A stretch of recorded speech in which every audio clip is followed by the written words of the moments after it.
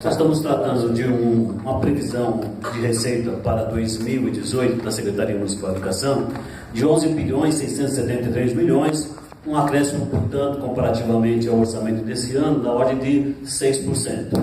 Ao avaliar essa evolução das receitas, elas não são compatíveis com a evolução das despesas, mesmo quando você considera a folha de pagamento de pessoal.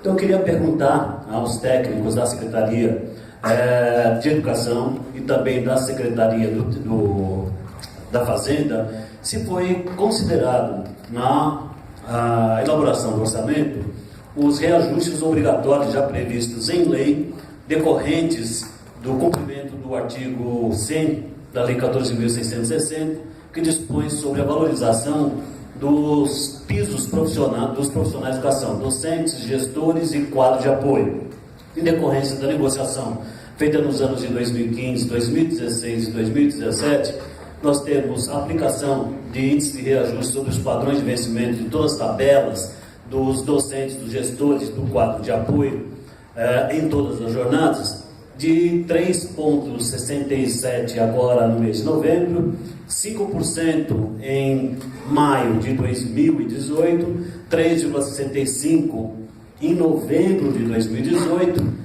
em 2019 nós temos 3,71% decorrentes da negociação desse ano quanto à ampliação do valor do piso e que será aplicado em duas parcelas. Então são reajustes legais vinculados e em obediência à Lei 14.660, em consonância inclusive com a lei que dispõe sobre a obrigatoriedade de pisos profissionais para os profissionais de educação. Pelo que eu percebi, se de fato estiver considerando esses índices de reajuste, a dotação para despesas de pessoal aqui é incompatível até mesmo com o exercício, com a aplicação desses reajustes, portanto, desses índices que são direitos legais.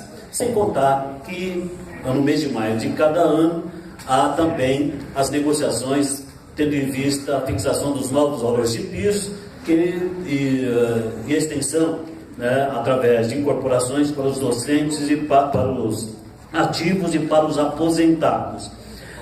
Eu indago também se está previsto, portanto, essas despesas decorrentes da aplicação da lei que dispõe sobre a valorização dos pisos remuneratórios.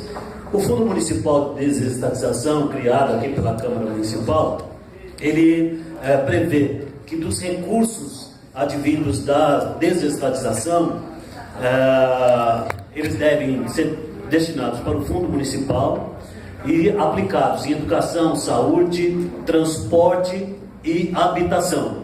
Como a educação e saúde têm receitas vinculadas, está se estimando para o ano que vem algo em torno de R$ 1.100.000 do programa de desestatização, aonde é que eu posso identificar no orçamento que pelo menos 330 milhões dessas receitas decorrentes da desestatização serão de fato aplicadas em educação, das quais 250 milhões em manutenção de desenvolvimento e ensino, porque nós temos vinculação com a educação inclusiva, e subvinculação com manutenção de desenvolvimento do ensino, dos 33%, 25%, obrigatoriamente deve ser com manutenção de desenvolvimento do ensino, onde estão identificadas as despesas que estão todas regulamentadas na Lei de Diretrizes Básicas de Educação Nacional, que podem ser consideradas de fato como de manutenção e desenvolvimento do ensino.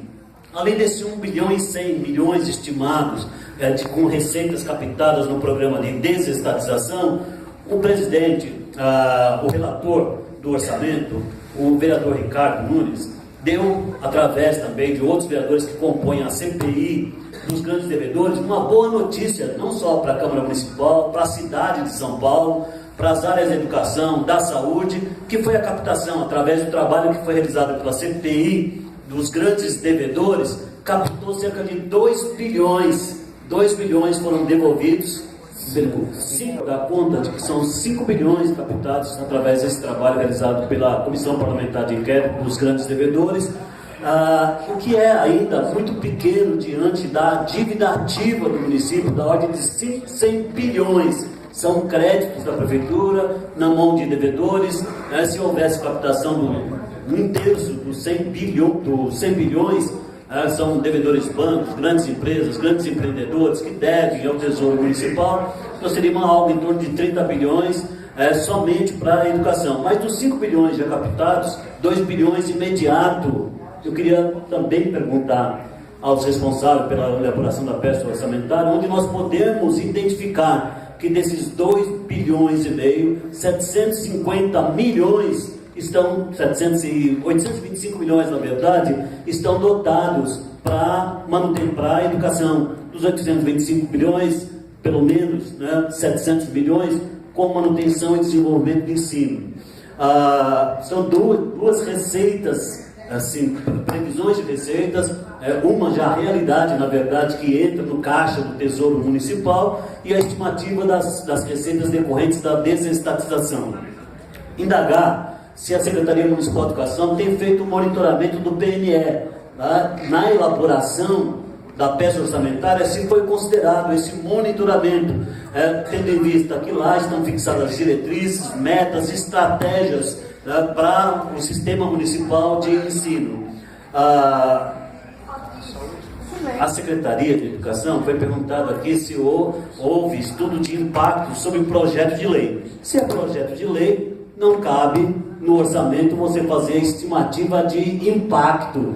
Quando se transformar em lei, você pode, obviamente, estimar as despesas decorrentes da aprovação da lei dali para frente, está no plano plurianual, mas a pergunta é pertinente, pode ser feita, não tem problema nenhum. Houve inclusive solicitação da Comissão de Administração Pública sobre o impacto da aprovação de um projeto de lei que, entre outras coisas, prevê a obrigatoriedade do cumprimento de lei federal contra as jornadas. Então eu pergunto à Secretaria Municipal de Educação se estimou o impacto que terá o cumprimento da lei federal, que determina que 1/3 das jornadas de trabalho docente devem ser destinada como hora atividade.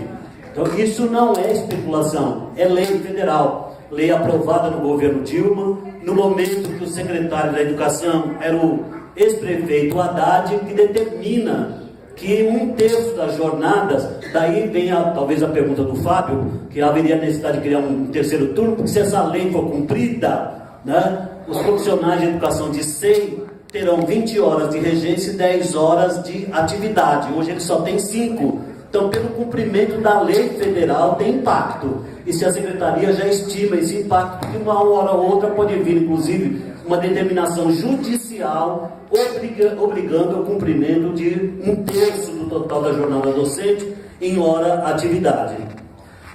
Pergunta ainda, foi aprovada a Lei 16.710 de 2017, que dispõe sobre políticas para a primeira infância.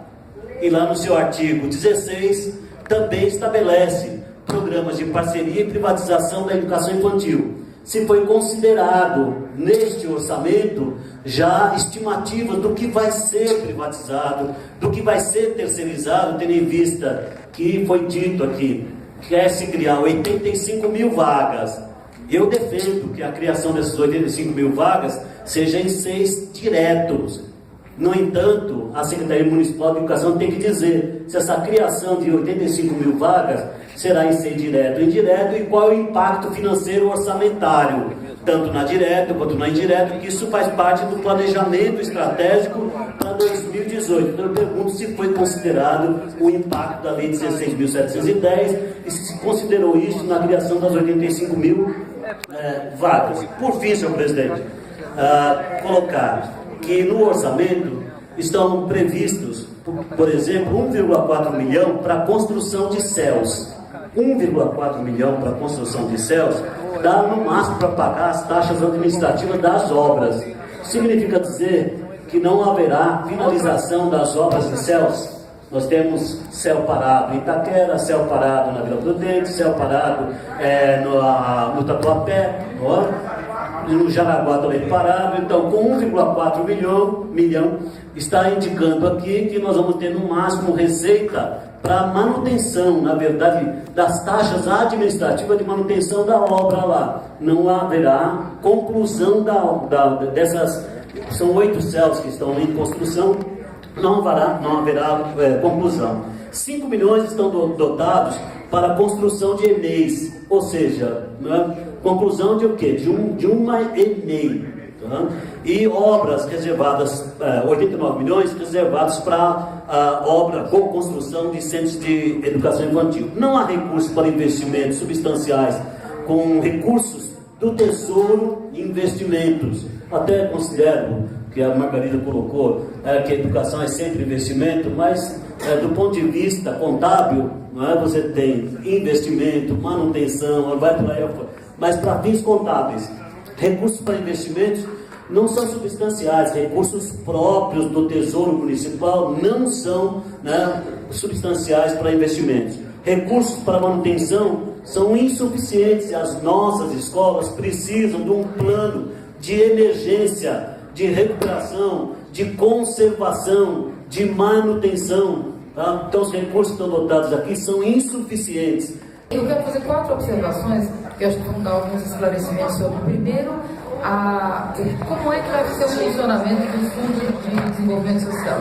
O que é o Fundo de Desenvolvimento Social? O Fundo de Desenvolvimento Social são aqueles recursos que estão estimados para o orçamento do ano que vem, em torno de 1 bilhão foram provisionados, e que vão ser oriundos eventualmente do sucesso das PPPs.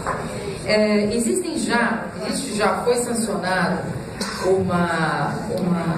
uma lei que inclui, na verdade, as prioridades e esses recursos são vinculados obrigatoriamente à Secretaria da Saúde, Educação, Habitação, Transporte, Assistência Social e Segurança. Tá?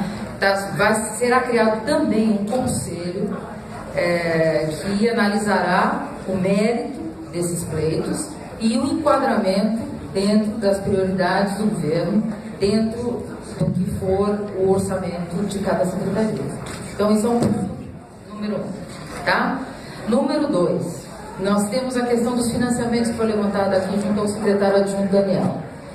Os financiamentos, não só restritos à recuperação, por exemplo, esses 30 milhões de reais que foram mencionados aqui, devem entrar nos próximos dias, imagino que até os próximos 90 dias, são resultantes daquela ação contra o ex-prefeito Paulo Maluf.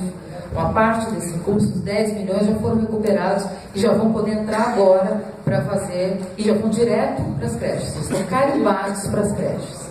Isso é um dinheiro, tá? Isso, muito bom.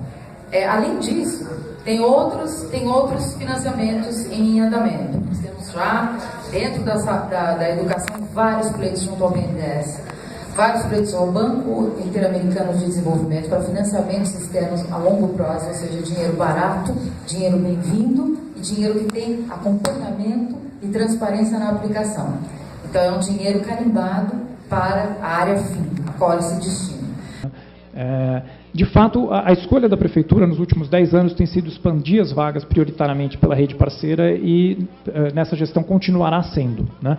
Então, não haverá, acho que teve o vereador Cláudio perguntou e acho que a Claudete também perguntou sobre privatização, não temos nenhuma ação na educação voltada para a privatização de qualquer unidade, mas do ponto de vista da rede parceira, sim, a abertura de vagas se dará prioritariamente pela rede parceira, da forma como a Prefeitura tem feito nos últimos 10 anos ou até mais.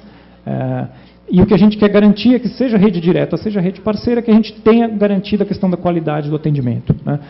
E o nosso entendimento é que o marco regulatório das organizações da sociedade civil, ele oferece ao poder público uma série de ferramentas para que a gente busque garantir, né, a qualidade desse atendimento, e se houver unidades aí parceiras que não estejam nesse padrão esperado de qualidade, que a gente faça uma substituição, que entre outras organizações, mas que a gente consiga garantir um padrão de qualidade. Então, o próprio marco regulatório prevê as comissões de monitoramento e avaliação em todas as diretorias regionais, elas estão sendo implementadas, e a gente acredita que isso sim vai nos ajudar a garantir essa qualidade na rede direta, assim como na rede parceira. Né? Esse é um item importante. Se falou também aqui sobre o PL 68, se isso estaria previsto no orçamento. Nenhuma mudança na carreira está colocada como impacto no orçamento, não se previu nenhuma mudança nesse sentido. O projeto de educação integral já pensando